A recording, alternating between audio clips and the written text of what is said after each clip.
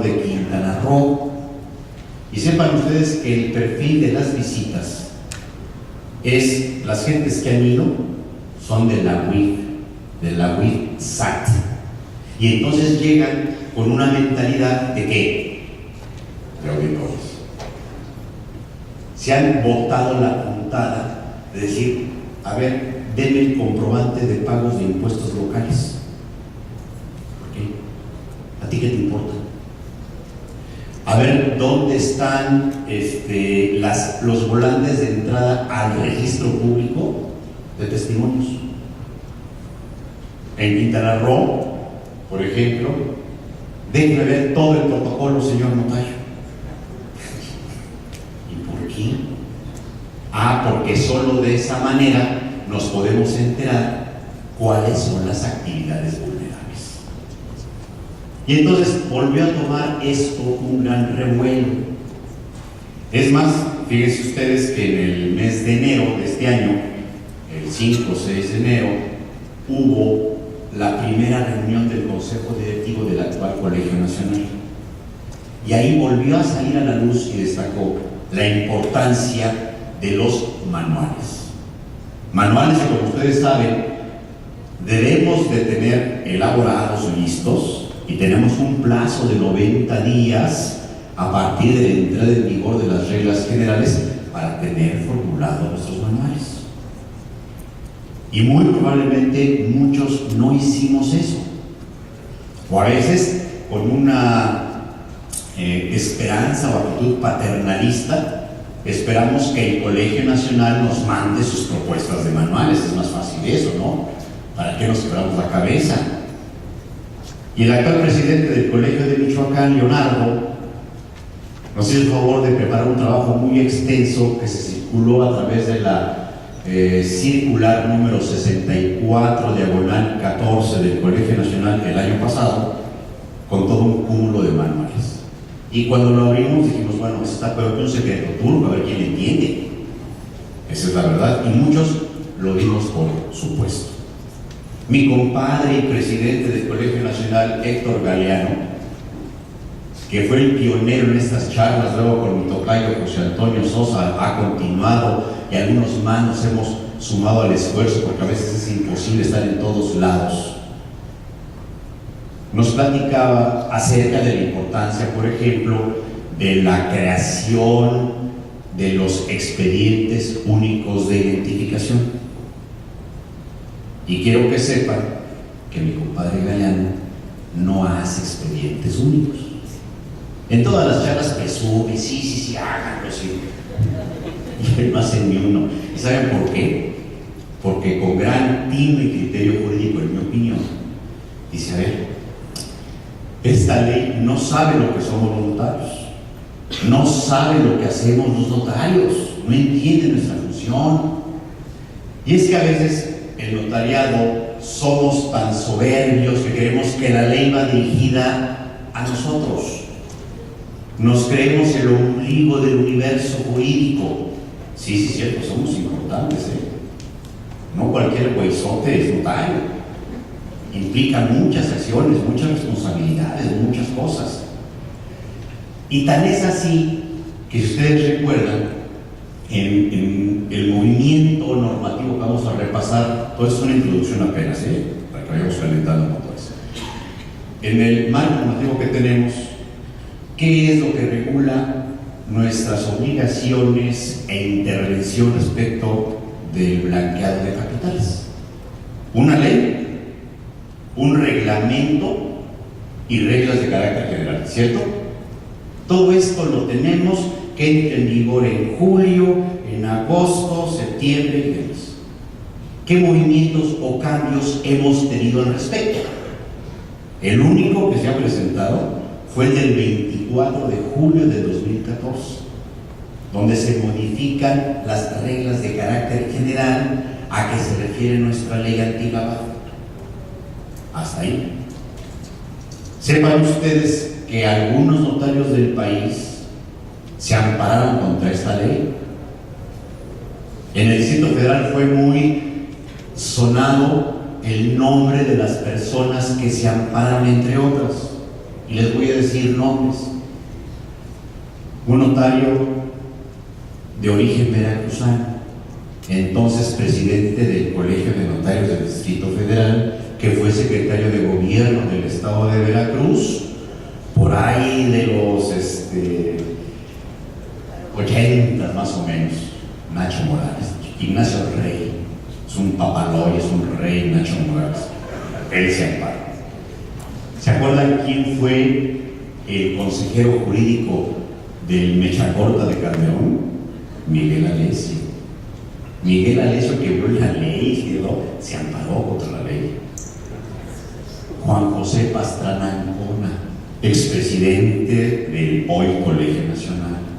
Gonzalo Manuel Ortiz Blanco, hijo del entonces presidente de la Suprema Corte de Justicia de la Nación, Ortiz Mayagoitia. Todos se amparan. Ya todos les dieron paso. ¿Por qué? Porque la canija autoridad, en el contexto de esta ley, si ustedes recuerdan, dicen que pueden crear prácticamente a su gusto un elemento legislativo, entre comillas, importante: las reglas de carácter general. Entonces resulta que si vemos el texto de la ley, es oscuro, falta de técnica, mal hecho, abusivo. Luego viene el reglamento y como cereza el pastel, las reglas de carácter general. Entonces, si algo está mal o por algo les están pegando, pues simplemente sacan otra regla general que nos impone hasta más obligaciones. Entonces, en este país se legisla olvidando aquel principio de autoridad y creación formal de la ley que nos enseñaron en las universidades y que está contenido en el artículo 72 constitucional. Una ley no se puede crear, no se puede derogar, modificar o abrogar un orden jurídico si no es siguiendo un proceso legislativo. Y resulta que estos tales por cuales, y perdónenme si hay alguien del gobierno, ni modo, una disculpa de antemano, pero esos tales por cuales legislan con reglas de carácter general en materia de ley antilavado, legislan con misceláneas fiscales. Y vamos a ver ejemplos de esto. ¿Se acordaron ustedes de esa regla 1.2.1.7.25? Créanme que ese es el número, no que estoy vacilando. Hoy, ¿cuál es esta regla? La 2.7.1.22. ¿No? ¿A qué se refiere esta regla? A los complementos. A partir del año pasado, 2014, resulta que nuestra escritura pública ya no sirve, nuestro instrumento público ya no sirve como costo y fecha y comprobantes de adquisición. Ahora, cuando una persona va a enajenar y compró, para no pelearnos, de mayo de 2014 para acá, ¿qué nos tiene que exhibir para poder hacer su cálculo de impuestos de lo que va a vender? Un CFDI con su complemento. Resulta que el estajirita le cree más a un documento privado salud, que es un CFDI, que a una escritura pública. ¿Saben quién es el estajirita, verdad? Aristóteles. Pero no aquel Aristóteles, un ser reflexivo, genio, maduro, prudente, sabio. No, es este pelado de Oaxaca que es un resentido social y que no nos quiere a los notarios. Les voy a platicar un par de experiencias tenidas con él en sus oficinas, donde yo de veras concluyo que no nos quiere a los notarios. Voy a platicar un poquito más adelante que lleguemos al tema. Así las cosas. El chiste o la motivación de esta charla, mis amigos, gracias por la invitación de nuestro presidente del Colegio de Veracruz, el señor Cañas, que cuando nos encontramos en Morelia en una reunión del Consejo Directivo del Colegio Nacional, pues me externó la inquietud. Oye, no queremos que al notariado veracruzano nos agarren con los dedos en la puerta. Entonces me hizo favor de invitarme, me dio mucho tiempo y es por eso que estoy hoy aquí. Toda esta parte introductoria la hice porque veía todavía lugares vacíos. Parecía como el estadio Milay de las Chivas. Yo no voy a las Chivas, perdonen. Sí, yo sé. Pero somos libres, ¿qué les puedo decir? Entonces, vamos a comenzar ya. Tenemos un marco normativo, vamos a recordar las obligaciones que como notarios tenemos, vamos a platicar qué va a pasar con las visitas de verificación, qué tenemos como elementos que tener preparados y listos para poder enfrentar una visita de verificación, distinguirla de lo que son los requerimientos, hacer un recordatorio al final de todo eso. Sé que se lo saben mejor que yo, pero creo que no está mal en que podamos hacer esta reflexión. También hacerles algunas propuestas respecto de lo que está pasando en la práctica. Me permití prepararles también un manual muy sintético de un par de cuartillas que desde luego se los voy a dejar. La presentación estará a su disposición desde luego para que lo adopten. Los notarios somos como señores feudales, somos dueños o nos sentimos dueños de personas, bienes y almas, y no nos gusta que nos digan cómo hacer las cosas. Cada quien matamos pulgas a nuestro estilo. Pero si de alguna ayudadita, un refilón les puede servir esto, con mucho gusto. Pasamos a la siguiente diapositiva. Primeramente, vamos a recordar qué son y cuáles son las actividades vulnerables. Son muy sencillas, son 5. Fíjense que no es tan grave además. El marco que nos establece las actividades vulnerables es el artículo 17, fracción 12 romano, apartado A mayúscula, y que luego tenemos 5 incisos con letras minúsculas. La primera son las transmisiones o constituciones de derechos reales sobre bienes inmuebles. ¿Sí? Ya saben el tema de las garantías de quienes componen el sistema financiero mexicano. Recuerdan que cuando se hace la modificación el 24 de julio de 2014 de las reglas generales, en el capítulo de definiciones se nos establece quiénes son esos acreedores que componen el sistema financiero mexicano en pocas palabras. Cuando hay una operación de esta naturaleza, si el monto de la operación rebasa las 16,000 veces el salario mínimo vigente en el Distrito Federal, y recordemos que el salario mínimo es de 70 pesos con 10 centavos en el Distrito Federal, en la zona geográfica A, pues nos da un total de 1,121,600 pesos. Si yo hago la compra-venta de un lote de terreno entre dos personas, el precio del terreno, valor catastral, valor de avalúo, es de 1,000,000 de pesos. ¿Es una actividad vulnerable? Sí, pero no es una actividad vulnerable de la cual estoy obligado a dar aviso. Esto, fíjense que es importante, porque en el penúltimo párrafo del artículo 17 se establece de manera especial que cuando se trata de una actividad vulnerable que no amerite darse aviso, dicen, no se genera obligación alguna. Y claro, decían mis maestros, yo soy egresado de la Escuela Libre de Derecho de la Ciudad de México, decían mis maestros en la Libre de Derecho, un maestro que nos daba Derecho Civil, compañero Manzanero, las bandas se hicieron para saltarse y las leyes para violarse. Entonces, si el penúltimo párrafo del 17 me dice que una actividad vulnerable que no amerite aviso no genera obligación alguna, no faltará que el colega que diga, pues de esas no genera expediente único, porque no se genera obligación alguna. A pesar de que ese tema no ha sido resuelto ni en consulta, ni en charlas, ni mucho menos por parte de las autoridades que componen la unidad de inteligencia financiera, mi sugerencia normalmente es no le busquemos chichitas a las víboras. Si es una actividad vulnerable, armen su expediente único de identificación, quítense de tarugadas. ¿Para qué alentamos a estos tales por cuales? ¿Sí? Pero bueno, siguiente actividad vulnerable a la que se refiere el inciso B de ese artículo, los poderes. Pues resulta que son poderes que tienen un perfil de irrevocabilidad. En el Código Civil Federal, en el artículo 2596, a diferencia del Código Civil del Estado de Veracruz, ustedes saben que a nivel federal existen dos causas bajo las cuales se puede otorgar un poder irrevocable. Y es cuando es un medio para cumplir con una obligación contraída con anterioridad, o segundo supuesto, cuando es un medio para cumplir con una obligación prevista en un contrato bilateral.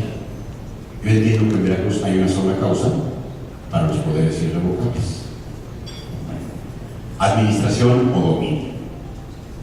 ¿Qué involucra o qué trae normalmente como negocio subyacente un poder irrevocable?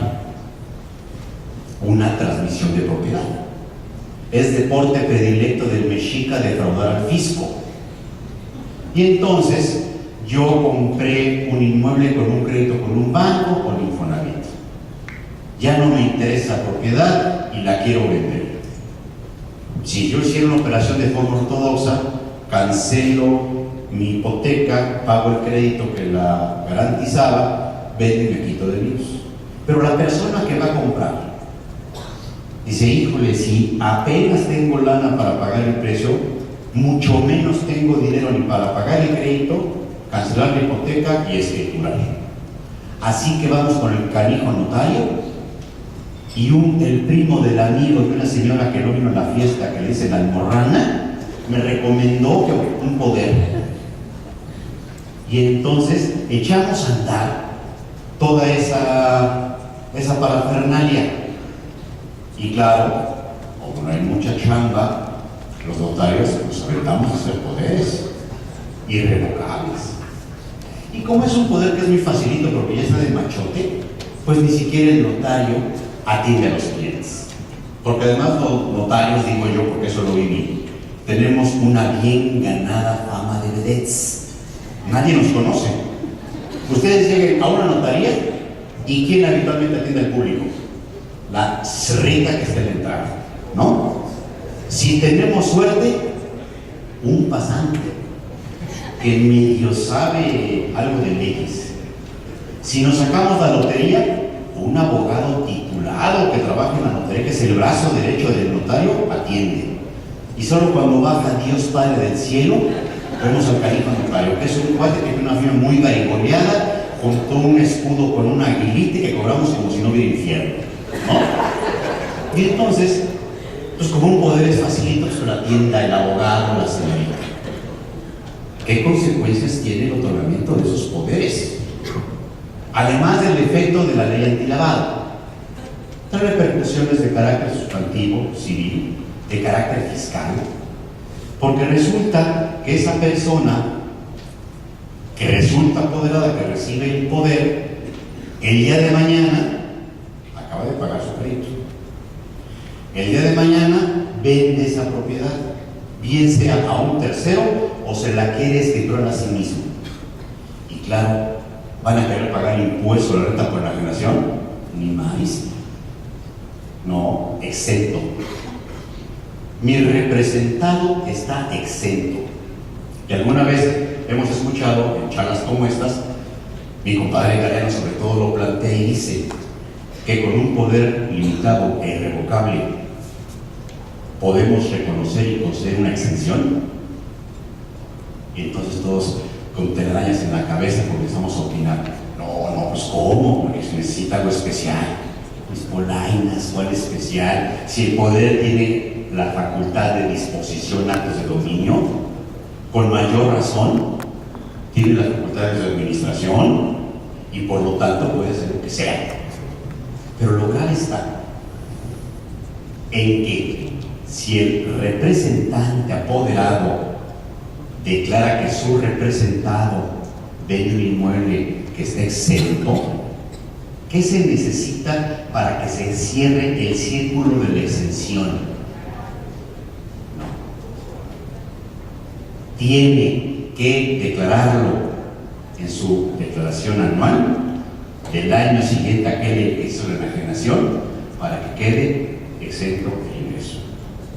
¿Y ustedes creen que el sujeto que dio el poder, que fue el vendedor, que es el representado, lo van a ir a ver para decir, oye, en tu declaración del siguiente año, acuérdate de esta, friega que le estamos pagando.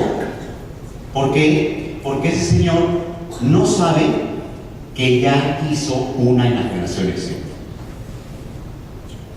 Y luego vende su casa grande.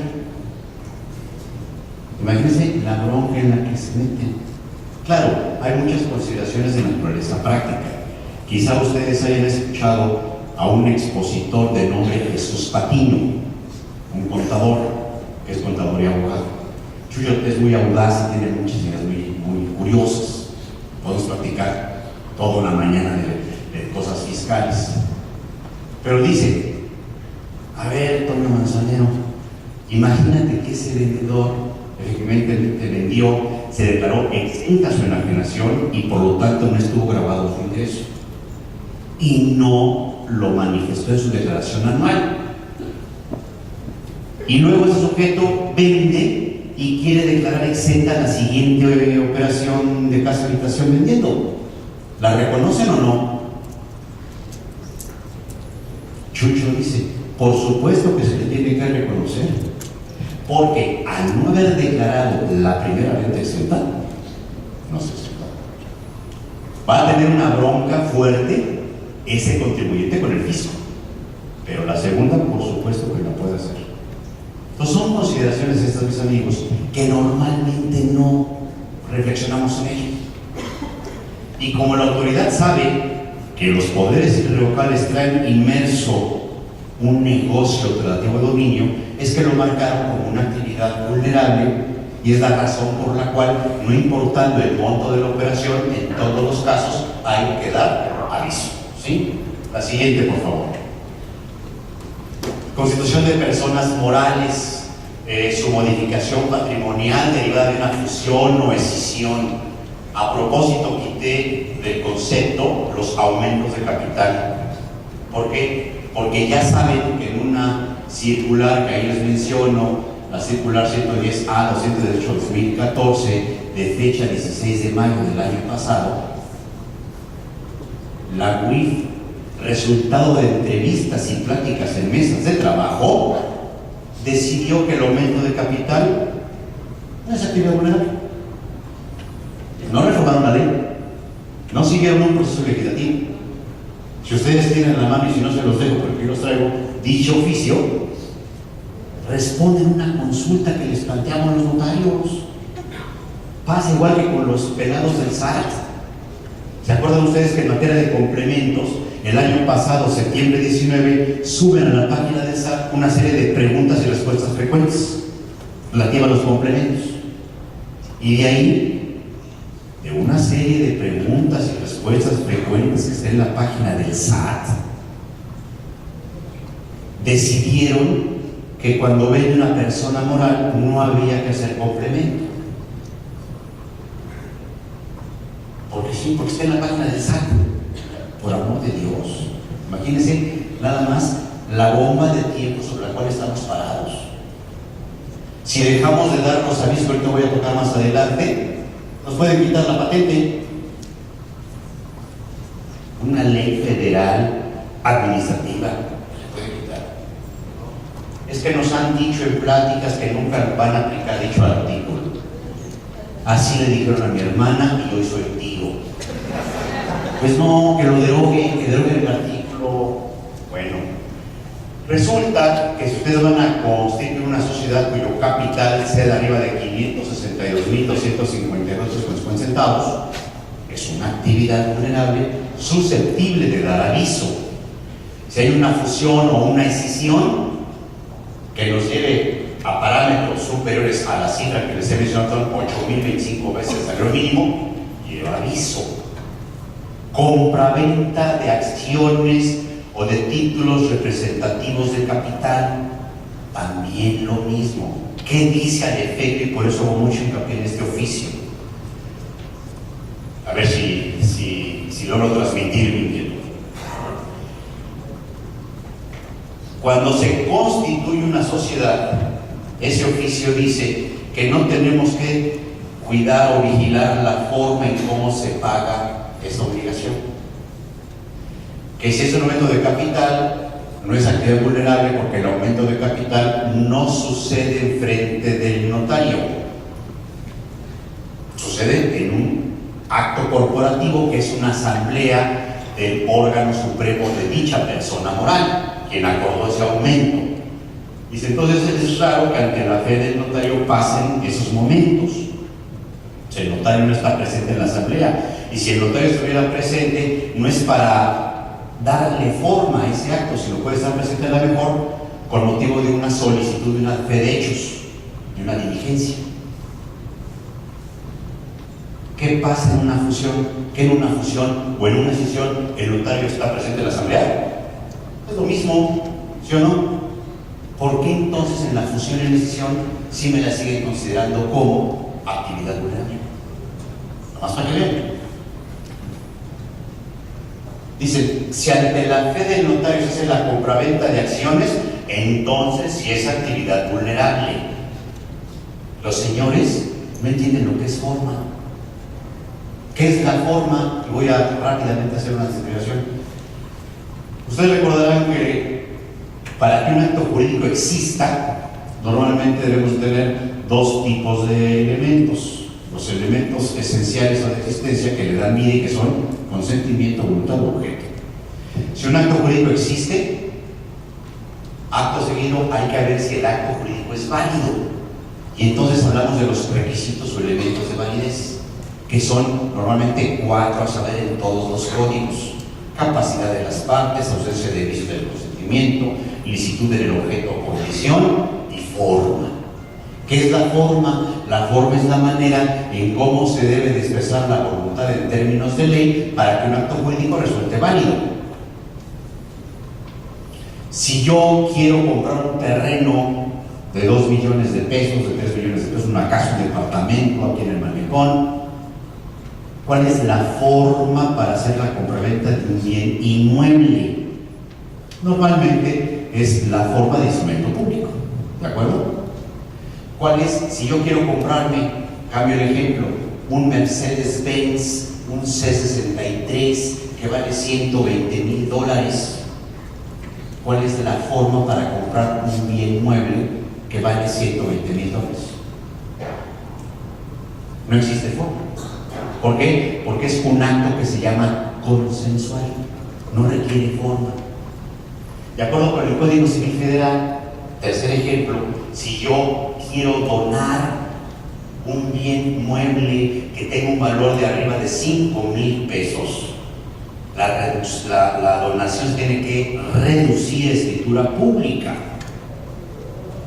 Si yo le quiero regalar, acabo de cumplir 25 años de casado con mi esposa, y le quiero regalar una bolsita Louis Vuitton, el modelo Almita de Charol, que vale $2,200, ¿qué se requiere para hacer esa donación? Estar loco. ¿Quién le regala a su vieja $2,200? No es un loco. Pero la donación la tengo que celebrar en escritura pública para que valga. El Código Civil Federal, artículo 2333, 2337, dice eso. Entonces, fíjense lo interesante. Ahorita mucha gente, al menos está pasando en el Centro Federal, están llevando a cabo donaciones de dinero, para que esas donaciones de dinero que se hacen en el instrumento público ante el notario puedan ser oponibles al SAT. Bueno, ¿qué es la forma? La manera en cómo se debe expresar la voluntad en términos de ley para que el acto jurídico valga. ¿Cuál es la forma para llevar a cabo una fusión de empresas? Una asamblea extraordinaria de accionistas, 182 de la ley de socios mercantiles, que tiene que ser protocolizada ante notario. Nada tiene que ver si el notario estuvo presente o no para considerarlo como actividad vulnerable. Pero como ejercimos suficiente presión los notarios, Galeano y Sosa, pues los señores dijeron que sí, que los aumentos de capital no son actividad vulnerable, que la compra-venta de acciones cuando se celebra ante notario sí. ¿Cuándo se celebra la compra-venta de acciones? Si la gente entiende lo que es la forma, sabe que la forma para comprar y vender bienes muebles es consensual. pero muchas gentes lo hacen como un elemento de prueba. No les basta porque después de hacer la compraventa, a lo mejor según estatutos sujetar la autorización del Consejo de Administración o del órgano que corresponda según estatutos, basta con que hagas una modificación al libro de registro de acciones. Pero así está. Entonces por eso yo eliminé lo del aumento de capital como una actividad vulnerable. ¿En qué rango? Igualmente de los 8,025 veces el salario mínimo. Cuarta actividad vulnerable, los fideicomisos cuando se construyen o modifican, fideicomisos sobre inmuebles, tratativos de dominio o de garantía, es actividad vulnerable. Y la última, los mutuos. ¿Qué es un mutuo? Un contrato de préstamo. Y para variar surgen las propuestas. Oye, ¿y si hacemos un reconocimiento de adeudo? Ese no está como actividad vulnerable. Y entonces ustedes habrán escuchado expositores que se pronuncian en uno o en otro sentido. Dicen, a ver, si es mutuo, con o sin garantía, y desde luego entre personas de las que no conforman el Estado Financiero Mexicano, siempre es una actividad vulnerable objeto de aviso. ¿Okay? Ya luego veremos el tema de en qué caso nos incide para cuidar el uso de efectivo. Toda esta repetición, perdónenme que insista, pero es muy importante el que sepamos qué es actividad vulnerable, qué obligaciones tengo, qué avisos tengo que dar y cómo vigilo el uso de efectivo. Por eso voy a hacer tanta énfasis en esos aspectos. Bueno, fíjense ustedes que en materia, la siguiente, por favor, en el caso de mutuos o créditos, pues ¿qué es un mutuo? Es un contrato tratativo de dominio donde su objeto son bienes fungibles y donde el bien fungible por excelencia es la lana. Si se le damos un préstamo es una actividad vulnerable si no somos de las personas que ya he mencionado. Pero ¿qué pasa si yo digo hoy que reconozco deber a Juan Pérez la suma de $1,000,000 de pesos y lo denomino reconocimiento de adeudo, no mutuo? ¿Es actividad vulnerable? Mi opinión particular es que sí. Esa es mi opinión, ¿eh? Mi compadre Galeno dice que no. Y es más, estoy casi cierto que Alberto Elías, en más de un foro, ha dicho que no. ¿Qué creen? Si entonces a una relación contractual de esa naturaleza no la llamo mutuo, sino que digo que ayer me prestaron $1,000,000 y lo denomino reconocimiento de adeudo, ya la hice. ¿Para qué le buscamos chichitas a las víboras? No le veo ningún sentido. Todos los mutuos siempre llevan aviso. Consideración del penúltimo párrafo. Dice que aquellas actividades vulnerables que no sean objeto de aviso no generan obligación alguna. Mis amigos, sí hagan y integren expedientes únicos de identificación, aunque sean actividades vulnerables que no sean objeto de aviso. Eso se lo sugiero como lo más sensato. ¿Okay? De cualquier forma, esto que hoy estamos charlando es muy probable que a lo mejor en este mismo año se vea modificado. Ya los del Colegio Nacional, Sosa, Galeano y compañía están muy contentos porque la semana pasada se presentó por una senadora priista reformas a la ley antilavado, importantes y de fondo. Las van a discutir, vamos a ver qué sale. Entonces quizá esto que hoy charlemos mañana sufre una modificación y amerite, a lo mejor les haga yo manita de puerco a los Carlos, pues que me inviten a comer al Villarrica y vengan aquí a charlar y me hagan favor de escuchar y de recibir, ¿sí? A lo mejor en materia para eso. En el propio artículo 17 se establece el concepto de lo que denominamos la suma acumulada. Esto es importante porque en el manual que debemos de tener con base al artículo 37 de la ley, se tienen que establecer lineamientos, criterios, mecanismos que tienen que estar documentados en este tema para saber cuándo tenemos sumas acumuladas. Que como ustedes saben, y si tienen a la mano su ley lo pueden ver, en la parte respectiva, dice que se podrían o se podrán considerar como actividades funerarias sujetas de aviso el de las sumas acumuladas. Entonces vemos cómo se van a acumular, es por semestres, es desde que lo hago hasta 6 meses. Ya hoy está definido porque el 19 de las reglas de carácter general nos dice que se acumulan por cada 6 meses. ¿Dónde y cuándo tenemos que tener cuidado? Les he repasado 5 actividades vulnerables. Yo les pregunto, la actividad quizá más común y que más nos preocupa y que más tenemos que poner atención, por orden natural, son las operaciones relativas de dominio, por el cuidado del uso de efectivo, por la certificación e identificación de la forma de pago del precio. Vamos a analizarlo con mucho detalle. ¿Cuántos poderes hoy, limitados e irrevocables, otorgamos?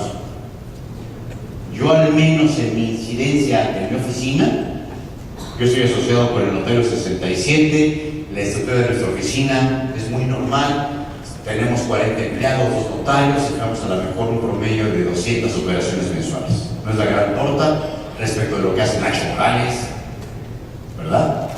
Y entonces, en ese esquema, fíjense ustedes que sí nos ha descendido importantemente el número de poderes irrevocables que se otorgan. De por sí, yo siempre trataba de desanimar y desmotivar a la gente que me por todas las consideraciones que les he hecho. Entonces la gente hoy ya no acude tanto a esa figura. Yo les puedo decir que desde que entró en vigor la ley, el reglamento y los avisos, que como saben nos aplicaron de forma retroactiva cuando entró en vigor el reglamento, pues resulta que he otorgado en mi oficina, con meses ahí que les puedo mencionar, 7 poderes irrevocables. Entonces, ¿es una actividad que me quita el sueño? ¿Que me preocupa? Les digo francamente, constitutivas de sociedades. ¿Cuántas sociedades de arriba de 500,000 se constituyen? Cuando la gente escucha que el honorario va a ser en función del capital según mi arancel, sacatito para el conejo. No, ¿sabe qué? Le ponemos 50,000 pesos de licencia. ¿Cuántas fusiones y sesiones? Según con quién trabajemos. Porque además resulta que como notarios, nuestro perfil hoy por hoy es otro. Aquí veo caras y gentes muy jóvenes, que a lo mejor cuando yo me hice notario hace 27 años, no eran ni besos de sus padres. ¿Sí? Y entonces yo les puedo decir que en el caso de ese tipo de operaciones, el perfil va cambiando y va modificándose. Vamos a conseguir sus sociedades de mucho capital, depende. ¿Y esas de dónde nos llegan? Pues de ciertos despachos corporativos con los que trabajamos. Antes, el notario era un referente, era un punto de opinión, la gente nos consultaba. ¿Qué dice el señor notario? ¿Qué nos sugiere? Hoy por hoy, quienes trabajan, por ejemplo, con Infonavit, yo no lo hago. Yo sí los mandé a checar su mail porque son una bola de tales por cuales. Yo no hago operaciones por Infonavit. Pero aquellos que trabajan con Infonavit, y mi socio lo hace, díganme qué le pueden modificar a los contratos del Infonavit. Ni una coma.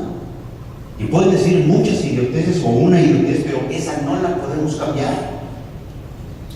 Es más, nos llega a nuestros despachos un joven engomado, camisa blanca, con iniciales, plumas como las de los carros, negras con una estrella blanca,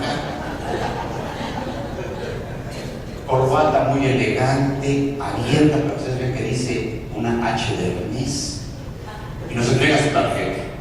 Chuperson, Hallerson y Mampris. No saben ni cómo se llaman, pero su hora cuesta $300. Y nos mandan los estatutos, licenciado, no le puede cambiar nada. Oigan, pero sus estatutos no dicen nada acerca del sistema electrónico de economía. Así se queda, no le puede cambiar nada. Y claro, en aras de recibir el trabajo, firmar la operación y ganar lana, aceptamos todo. ¿No? Ha cambiado la figura del notario. El mundo ha cambiado, señores. Yo hoy en mi oficina oficina, cuando recibo a alguien para hacer una operación de alguna actividad vulnerable, tengo una especie de checklist que le digo, oiga, ¿quiere usted firmar? Sí, necesito todos los papeles. Compro una señora de buena posición, de mejor ver, muy guapetona, exuberante. Licenciado, ¿por qué me pide usted mi teléfono? Porque lo necesito por la ley de identidad. No crea que me la quiero ligar. A lo mejor le invito a salir pero del país, pero no, necesito su teléfono porque el anexo me dice que en la integración de un expediente único de identificación debo tener información y copias de documentos. Todo eso que estamos recordando va a estar muy recordable, pero mis amigos, si no lo hacen, no va a pasar nada. El chiste es que verdaderamente integremos y hagamos las cosas. Bueno, en el artículo 19 de las reglas de carácter general se establece la forma en cómo se acumulan tales operaciones para efectos de monto. Siguiente, por favor. El artículo 18 de la ley, estamos en puro marco normativo de ley todavía, se establecen 6 obligaciones para los bancos, de las cuales solo una de ellas, que tiene que ver con el concepto de relación de negocios, no nos aplica.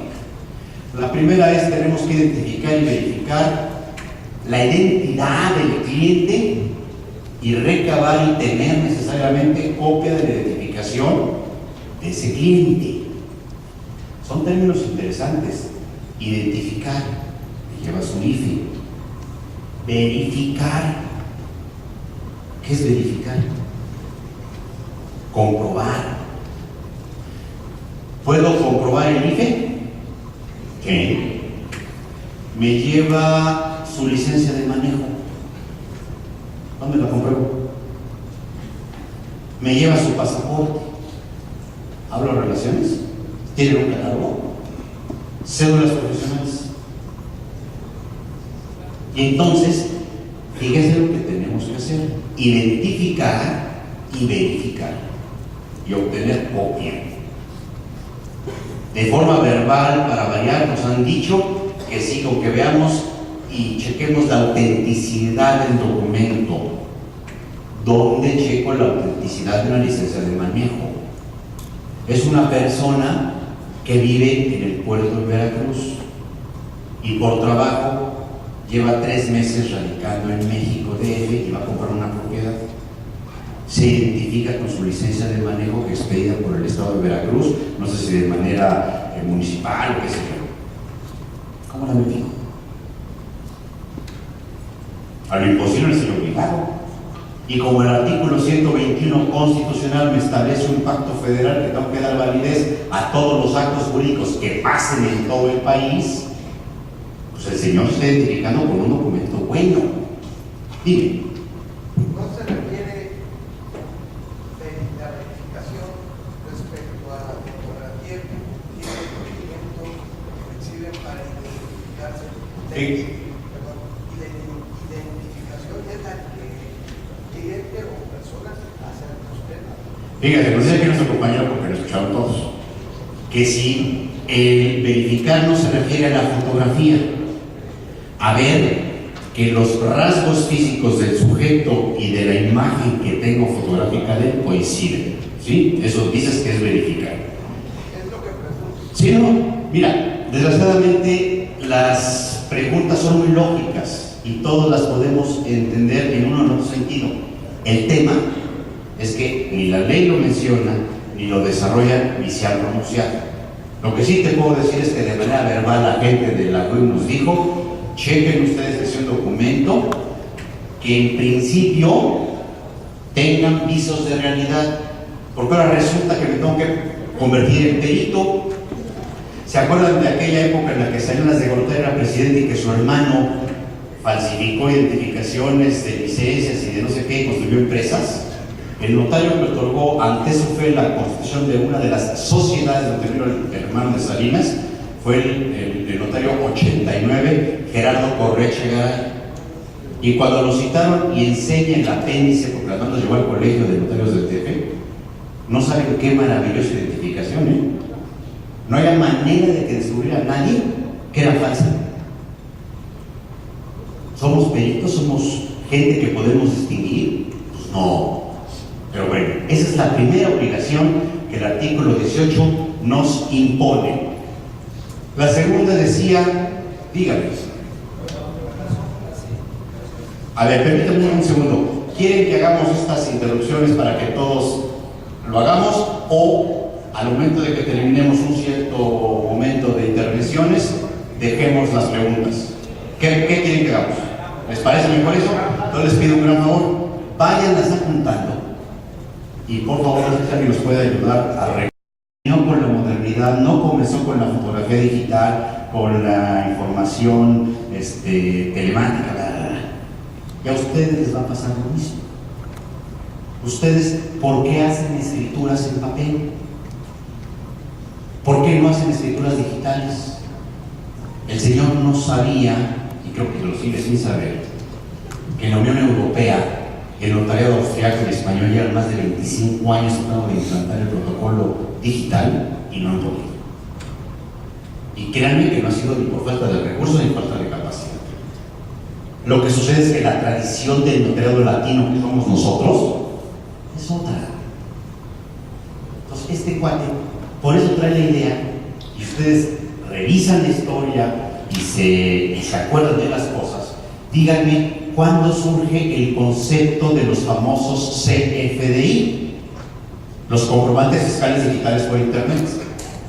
Octubre-noviembre se reforma el Código Fiscal de la Federación. Se modifican los artículos 29 y 29A. Enero de 2014, con la regla miscelánea fiscal 2014, ¡pum!, nos avientan lo del CFDI y lo de los complementos. Esa es la idea de esta administración. Y dicho por él, dice, mientras yo esté al frente del SAT, pongo mi vida y pongo mi empeño en que todo sea digital. Y si ustedes, notarios, no se suben al barco, van a desaparecer del mapa. Todavía nos explica, hace 3 semanas vino a mi oficina un notario a entregarme una escritura de un departamento que compré. Lo comienzo a revisar, veo que hay unos sellos con el escudo nacional, unos garabatos que me dijeron que eran unas rúbricas, unas estampitas plateadas y una hoja de conclusión de asiento que dice que mi escritura quedó registrada en tal lugar. Yo no le confío al notario. Para mí esto no se dice a la escritura. ¿Quién la escribió? ¿Dónde consta? ¿Cómo sé que el que puso la firma es el notario?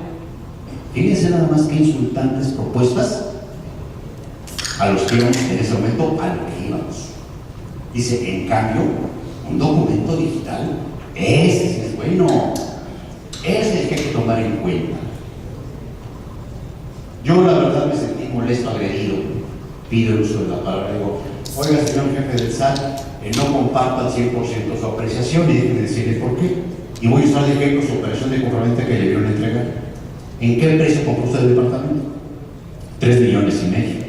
Dije, es una actividad vulnerable, susceptible de dar aviso. Sí, señor notario. ¿Quién le vendió? Desarrolladora Anaxágoras. Perfecto.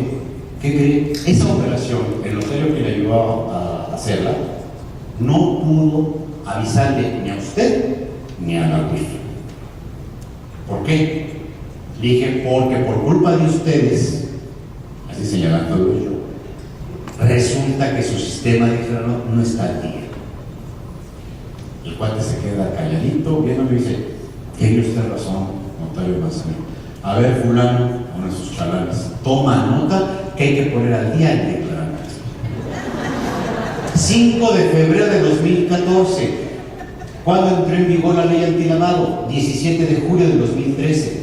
¿Ustedes creen lógico, razonable, creíble que unos cuantos meses después de entrar en vigor de la ley, el señor jefe de SAT no sabe que su declarador no funciona? Estamos en abril de 2015. ¿El declarador funciona? No. Bueno, pues fíjense que Dios aprieta, pero no. Porque ahora, este año, mi compadre Galeno es presidente, y y le buscamos condición a esta agenda y logramos que nos invite y nos reciba para presentarnos como nuevo consejo. Bueno, llegamos, muy agradable, casi le da un beso a Marco Antonio Espinosa Romy, al secretario de organización del Colegio Nacional. Marco, ¿cómo estás? Bien, Aristóteles. Oye, me cobraste mucho de impuestos. Oye, pero no, sí, se me hace que me hiciste pagar el impuesto del vendedor. No, Aristóteles, lo que pasa es que compraste una ganga. Compraste en 3 millones algo que vale 6. Entonces se te generó un impuesto sobre renta por adquisición, artículo 208 del reglamento. Entonces es un ISR por adquisición. Sí. Híjole, las autoridades como cobran. Sí, cobran mucho. Pero no importa, cuando yo venda, se va a tomar en cuenta como si el avalúen que me cobraste este impuesto es mi costo de adquisición. Y la venganza es dulce. Porque Galeano y un servidor dijimos, no, señor, ya se hingó. Porque fíjese usted que como eso no está en un complemento, no le sirve de deducir. Y entonces, como dice la canción, los mariachis. Ese día, 5 de febrero, y ya con eso concluyo este paréntesis, si ustedes recuerdan, a partir del día 6 de febrero se suspendió y quedó de no ser usable el sistema de generación de líneas de captura para pagos referenciados. Muchos ya se olvidaron. Bueno, ¿ustedes creen que el cuate, el 5 de febrero, nos planteó eso? Al día siguiente dejó de tener eficacia el sistema. Si el cuate de veras tuviera en consideración lo que somos y hacemos los notarios, yo digo que nos hubiera propuesto o preguntado, oiga, señor notarios, a partir de mañana voy a echar abajo este sistemita porque lo tenemos que reparar, mantener o actualizar. ¿Qué problema les generamos? Nunca nos dijo nada, y yo dudo mucho que el señor lo supiera, que el día siguiente su sistema iba a estar inhabilitado. Sucedió que a partir del día 6 no podíamos generar líneas de captura para pagos referenciados. Y luego nos mandaron una circular, un licenciado de apellido, por cierto, Inclán, y me acuerdo por el apellido de Galeano, y que nos decía que no tuviéramos problema los notarios, que teníamos hasta el 17 de marzo para pagar impuestos. Los siguientes creen que pagamos impuestos cada día, dice los notarios. Hablé yo directamente, le digo, oiga, tengo una operación que firmé el día 30 de enero. Quiero generar hoy día 7 mi línea de captura y no puedo. No se apure, notario, usted puede pagar hasta el 17 de marzo. No, güeyzote, mis impuestos vencen los 15 días antes de haberse otorgado. Y resulta que cuando en marzo se echa a andar el sistema, genero hasta entonces mi línea de captura con recargos. Pero el sistema es tan bondadoso que manualmente le podemos quitar los recargos. Y así le hice. Sí, al llenar ustedes el sistema, le ponen la fecha y todo, se genera con recargos la línea. Ustedes manualmente pueden borrar los recargos y se genera la línea de captura con la pura suerte principal del impuesto. Yo tenía 2 casos así. Así lo llené, así lo hice y así lo pagué. El día de mañana que me eche el pleito ya veré cómo me defiendo. Porque nadie se va a acordar de lo que dijo el licenciado Inclán o lo que me dijo el idiota que me pasó por el teléfono. Pero fíjense nada más, esa es la percepción que yo tengo del jefe del SAT. Hoy está vigente el sistema. No. Nos publican cosas que no tienen sustento, que tienen problemas técnicos. Sí. ¿Cómo se resuelve? No hay manera. Eso salió a colación porque la forma para informar de las operaciones que yo denomino corporativas, constituciones, fusiones, escisiones, sí o no informamos también a través del declaranor de cuando no tenemos RFC o cuando esas cosas. Pero cuando nos dimos de alta para efectos de las actividades vulnerables, no nos dieron chance de usar el declaranor. Entonces, haciendo un resumen, y con esto concluyo esta primera parte para que se vayan a descansar y no se aburran. Las relativas de dominio 17, 12, A minúscula, siempre por declarar. ¿Cuándo? Cuando podamos. Ahorita no hay manera que no sea con personas físicas o con personas morales con fines no lucrativos, último párrafo del 126. ¿Sí? Por ejemplo, todas las demás hay que usar las WIF. Recomendación: no se esperen al día 17. Establezcan el mejor control que se les ocurra, adopten el que mejor les parezca, para vigilar la fecha en que se otorgó la escritura, el vencimiento, y siempre den su aviso antes del día 17. Si les parece bien, hacemos un descansito y retornamos. Gracias.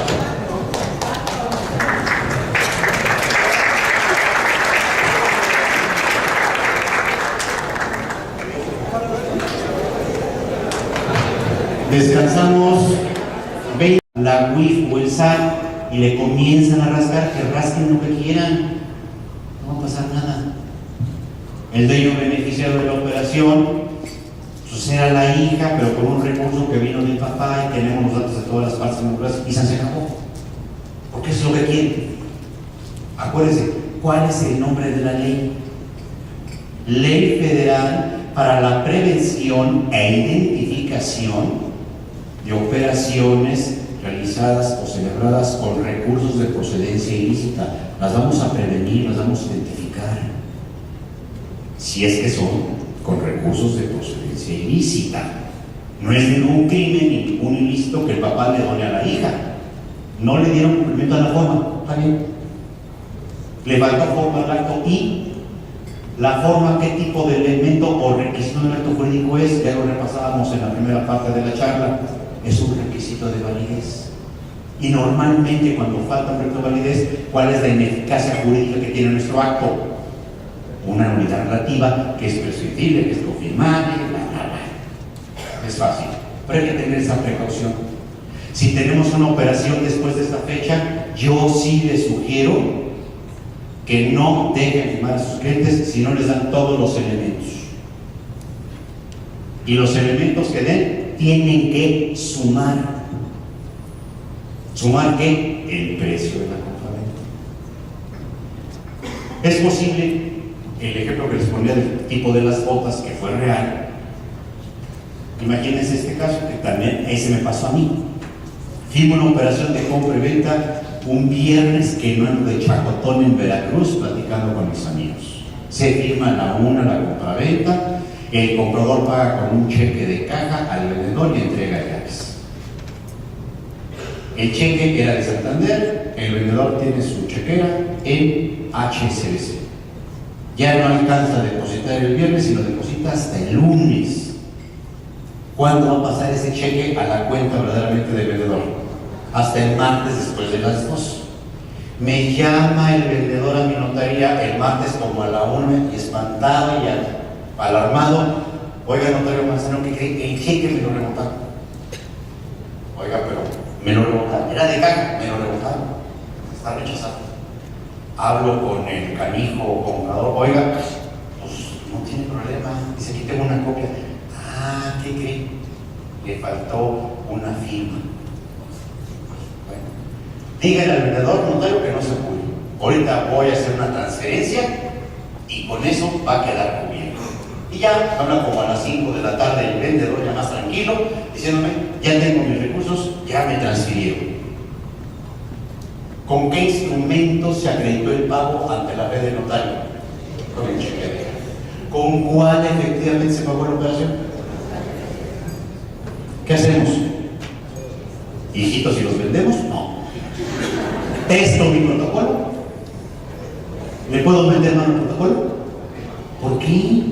No fue mío, ni problema mío, ni de las partes, fue de instituciones de crédito. Entonces, fíjense ustedes cómo hay casos de buena o de mala fe, prudentes, ortodoxos o no, donde no necesariamente debe estar esa información.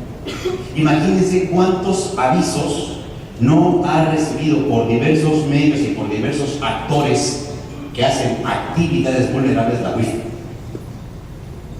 Yo siempre dije, no tienen la capacidad humana para poder estar revisando y viendo todo. Yo sé que también tienen unos sistemas evolucionadísimos y prodigiosos casi, pero cuando se tengan que poner a revisar todas las operaciones celebradas, evidentemente que no se van a dar abasto. Seguirán desde luego un criterio selectivo para estar revisando estas cosas. Entonces, en esto sí tengan mucho cuidado. No se presten a la ligereza. Siempre identifiquen, y además identifiquen bien, cuiden que lo que les dicen las partes suman los precios. Se vale que, oiga, es que me dijeron que el precio fueron 2 millones y tengo depósitos, transferencias, cheques por 1.995.000. Es que me acuerdo que le di 5,000 pesos para un vigilante. Lo pueden decir, y el resto en efectivo. ¿Por qué? Porque recuerden que de acuerdo con el artículo 32, fracción primera, tienen un margen, un colchón hasta de 562,000. Claro, si permiten también que se haga una operación donde el vendedor recibe más el efectivo del que pudiera, también explíquenle al señor vendedor, oiga, usted aceptó y estamos dando algo de escritura, no se le ocurra depositar en su cuenta el excedente, se está haciendo el jaraquí. Aguas.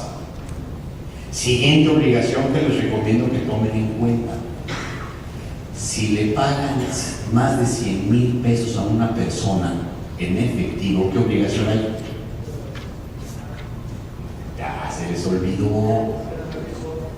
El antiguo artículo 154 ter, hoy 128, acuérdense que los obliga a declarar al máximo día 17 del mes siguiente que se tuvo el ingreso. Entonces, si ustedes ponen en sus escrituras que algo se les dio efectivo y ese efectivo fue más de 100,000 pesos, lo tienen que declarar. No es obligación nuestra como notario. Pero fíjense ustedes, ¿qué perfil tiene el notariado mexicano? ¿Cuál es nuestro origen? El notariado latino. ¿Nosotros qué somos? A diferencia del notario sajón, si uno quiere ser notario en los Estados Unidos, tiene que estar gordo, le tiene que gustar la cerveza y tener una gasolinera. Usar camisetas de tirantes y pagar por su encomienda para que tenga su actuación permitida durante 4 años. El notario sajón no es redactor de instrumento, no es asesor de las partes. El notario latino somos asesores de las partes, somos redactores de los instrumentos y tenemos responsabilidad con nuestros clientes. Por eso les decía también en el principio de la charla lo que dice el artículo 31 de las reglas, una soberana estupidez. ¿Se acuerdan de ese deber de confidencialidad? Que no podíamos decirle nada a nadie. Entonces, imagínense cómo le hacíamos antes del 24 de julio. Oigan, señores compradores y vendedores, necesitamos RFC, CURP, teléfono, domicilio, correo, comprando a domicilio, identificaciones y todo. Y también quiero que me firmen ustedes esta carta acerca de la existencia, ¿no?, de dueño beneficiario. ¿Para qué lo quieren, notario? No le puedo decir. En un deber de confidencialidad. La autoridad no entiende que somos los notarios. Y por eso de eso derivó que el 24 de julio se adicionara también un último párrafo del 37 que vamos a ver, para decir que si con motivo de nuestra actividad tenemos que orientar, explicar a partes, entonces se entiende que esa actuación no transgrede ese deber de confidencialidad. Un año después, así se legisla y así se actúa en este país. Siguiente, por favor. Visitas de verificación, artículo 34. Tanto Hacienda, en su vertiente de website, que además, como dato curioso, los hemos hecho hasta el cansancio, solo en este país, quien recauda impuestos es quien se encarga de ver el recaudo de capitales. O sea, Hacienda. Más que juez y parte, así lo hacen. Ellos pueden practicar de oficio y en cualquier tiempo visitas de verificación. Distingamos siempre lo que es la visita de verificación de el pedir cosas, el requerir cosas, o sea, un requerimiento. Pero también desde ese momento que lo mejor que nos puede suceder es una visita de verificación. Pónganse a temblar y por eso no se espanten. Ya los que dicen, ay, licenciado, ya me espantó. Sí, estoy feo, troncudo, prieto y pelón. Ajá, pero no se espante, no pasa nada. Si ustedes tienen sus expedientes únicos, tienen su manual, yo les regalo el manual, el mío. Pueden ver el de Leo, de Michoacán.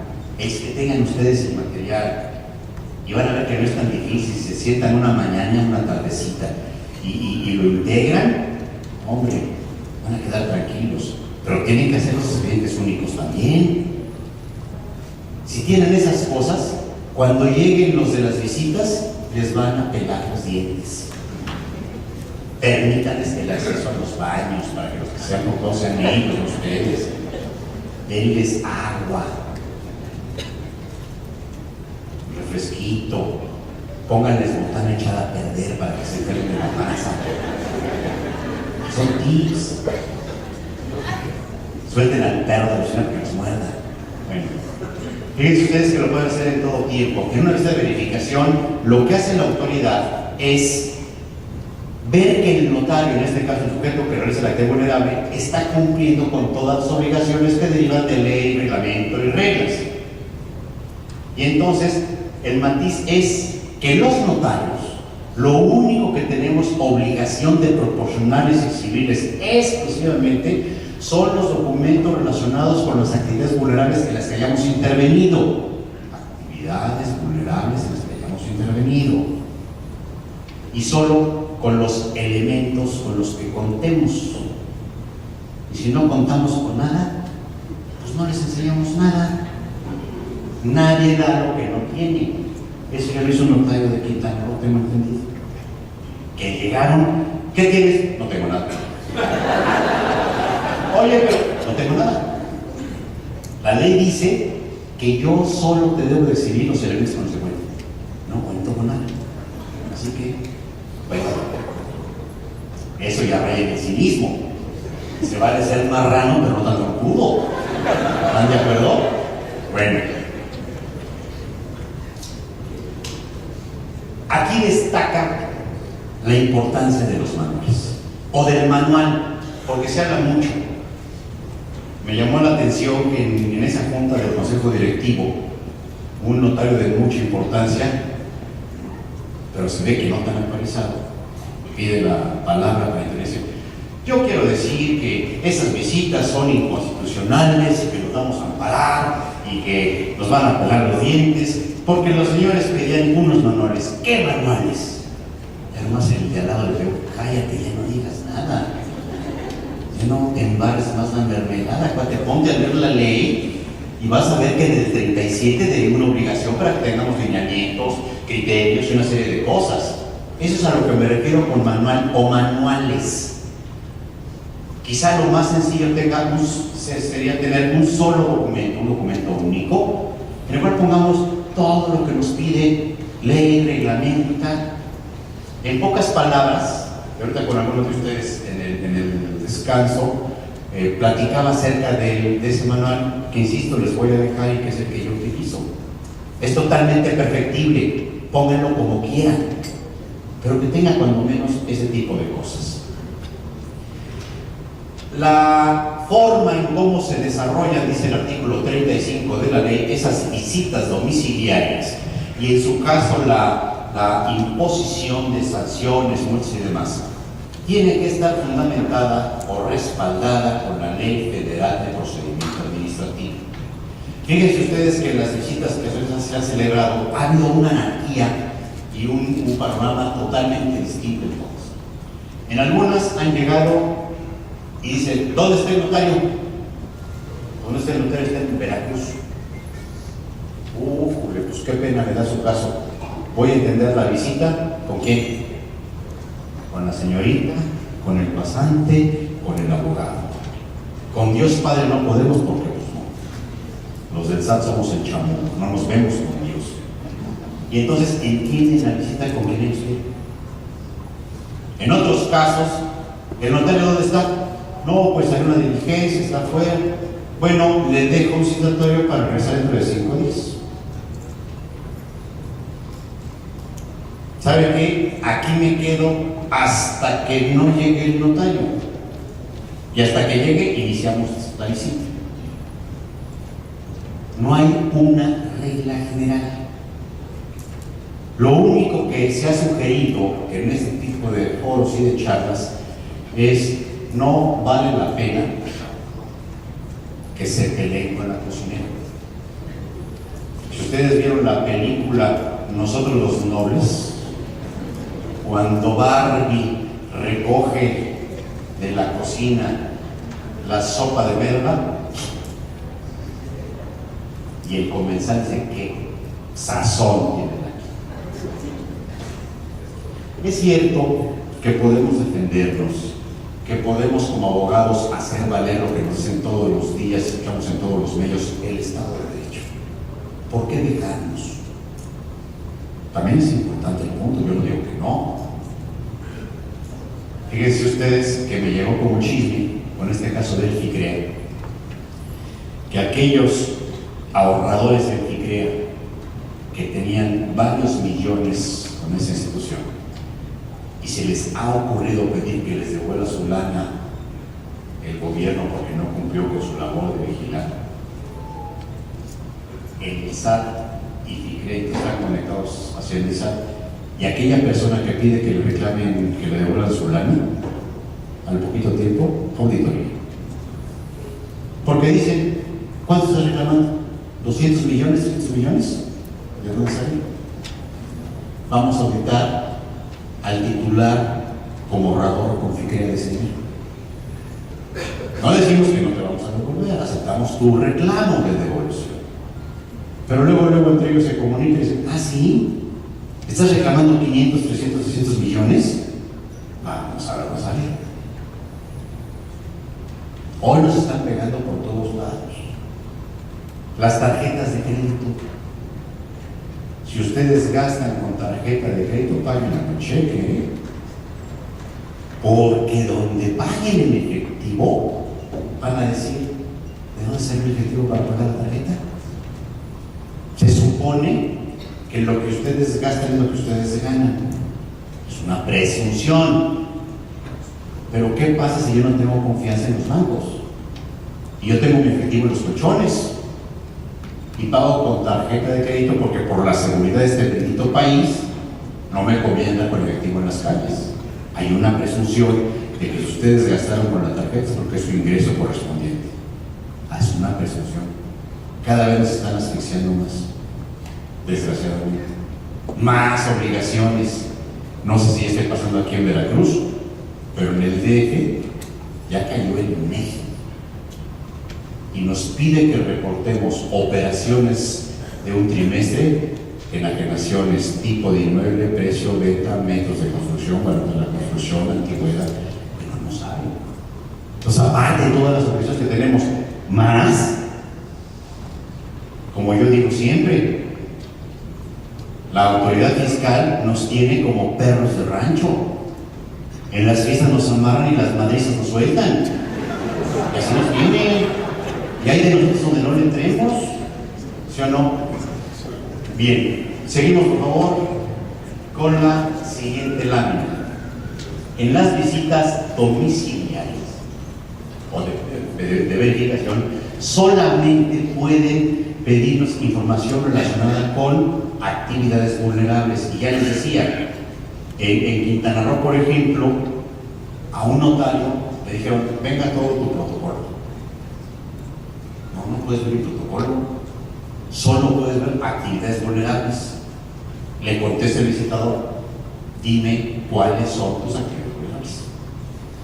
Una asociación ganadera local cuyo objeto no es precisamente el de dar este tipo de apoyos a sus productores, se considera como actividad vulnerable siempre que se rebase el espectro y hay que generar el expediente BIC por el representante legal de dicha persona. Sí, siempre que tenga usted actividad vulnerable, hay que generar expediente único. Y si la operación de que se trata rebasa los montos para dar aviso, se da el aviso, sin lugar a dudas. Pero de qué hay que armar el expediente, aunque sea de un monto menor. Usted, le decía un momentito, compra un departamento en $1,000,000. ¿Es una actividad vulnerable? Sí. ¿Tengo que vigilar el uso del efectivo? Sí. ¿Tengo que armar expediente único? Sí. ¿Tengo que dar aviso? No. Así de fácil. A ver, por allá atrás tenemos dos más. En una operación del Seguro Social, ¿qué doy aviso? ¿La compraventa del mutuo? Decía yo, y fue el caso que a mí me sucedió, por la compraventa, la persona que vendió y otra que compró, es una transmisión de derecho real, es una actividad vulnerable, por el monto era objeto de aviso. ¿Cómo doy el aviso? A través del declaramiento. Siguiente operación. La persona que compra pide un financiamiento al IMSS porque es derechohabiente o causaviente del IMSS. La lana la presta el IMSS. En los mutuos no importa el importe de lo prestado. Hay que dar aviso. Hay que dar aviso. Yo fue el ejemplo que les puse que por güey se me fue y que yo me cuestioné decir, bueno, si es un recurso ilícito, pues no, pero bueno, había que darlo porque no es la finalidad del IMSS. Por acá adelante tenemos otra pregunta. Operación de compraventa, precio 2 millones de pesos. Hicieron el pago antes de celebrar la escritura, un día antes, en efectivo, lo depositaron en cuenta bancaria del vendedor. A la notaría llega nada más con una ficha de depósito que dice que fue pagado en efectivo. ¿En qué fecha? Fecha actual, ya en vigor de... No puedes, te tienes que abstener a fuerza, porque tienes la obligación de vigilar conforme al 32 el uso del efectivo. No puedes firmar esa operación. En las donaciones de padre a hijos y sobrepasa, o sea, la cantidad estipulada también se realizó. Claro. Claro. Único. Así es. Acuérdense que por eso los llevé al extremo del ejemplo con una adjudicación por herencia. Entonces, en una donación con mayor razón. ¿De acuerdo? Sigo con algunas preguntas planteadas. Por ahí hay una más, una mano arriba. Buenas tardes. En un reconocimiento de adeudo, ¿cómo damos el aviso? Porque en su opinión, si es actividad vulnerable. Así es, y hay que darlo en el mismo formato plantilla que se da en mutuo o crédito. Porque se habló de hacer la consulta a la gente que da el soporte ahí, donde se dan los avisos, y nos dijeron que no había que darlo porque era reconocimiento de adeudo. Que tan malo era no dar un aviso como dar un aviso que no correspondía. Claro, en exceso. Sí, yo estoy de acuerdo con esa postura de los avisos. Yo estoy convencido que para mí un reconocimiento de adeudo implica una relación de crédito personal de préstamo de dinero. Y por lo mismo, en un reconocimiento de adeudo, yo he dado 2 con base a la plantilla de mutuo o crédito, sin problema. Gracias. ¿Algo más o ya seguimos con estas? A ver, por aquí y acá hay 2 más, por favor. A ver, que lo escuchen todos. En la transmisión de propiedad a través del juez, en el aviso a la declaración, en la clase, como usted dice, la no firmó, se fue. En la declaración, ¿a quién pondría yo como enajenante? Pues al que se fue. Los datos de él, ¿sí? Por eso, la forma de llenar, una cosa es dar el aviso declarado de la operación que se firmó, que es una informativa, donde usted para dar esa información necesita cuando menos CUR y RFC, cualesquiera de los dos, porque es la llave que detona el declarado. Pues evidentemente si el chango perdió la propiedad, ni tengo CUR ni tengo RFC, ¿cómo le hago? Fácil, la clave de RFC genérica, XA, XX, 01, 01, 02, y ya la hizo. ¿Sale? A ver, por acá tenemos 2 más. Licenciado, en caso de compraventa a plazos por reserva de dominio. Órale, las 2 modalidades. El primer pago lo hace el propietario por cheque, yo me quedo con copia del cheque. Son a 10 meses, vienen a cancelar la reserva de dominio. ¿Tengo que acreditar cómo pagaron los otros 10 pagos? ¿O no? Bueno, eso se le planteó expresamente a Alberto Elías en enero en el seminario de Ciudad Notaria. El cual le dijo, porque no está resuelto, Y realmente lo que nos tiene que importar es la forma en que se cumplió el pago final del precio. Entonces, él recomendaba que únicamente se tuviera la última parte con la cual se firma la transmisión del dominio reservado. Así es. Yo en lo particular no comulgo con esa idea de Alberto Elías. Si ante mí se hizo un pago y tengo el comprobante, les voy a decir, oigan, tengan el cuidado y la precaución de conservar copia de cada uno de los pagos que efectúen, y cuando nos veamos al final del plazo para que se transmite el dominio reservado y entonces se cumpla con la transmisión de la propiedad, que esa es la condición suspensiva del acto de que se ocupa, me va a decir, mire, ¿y anexo todos? Naturalmente, por supuesto.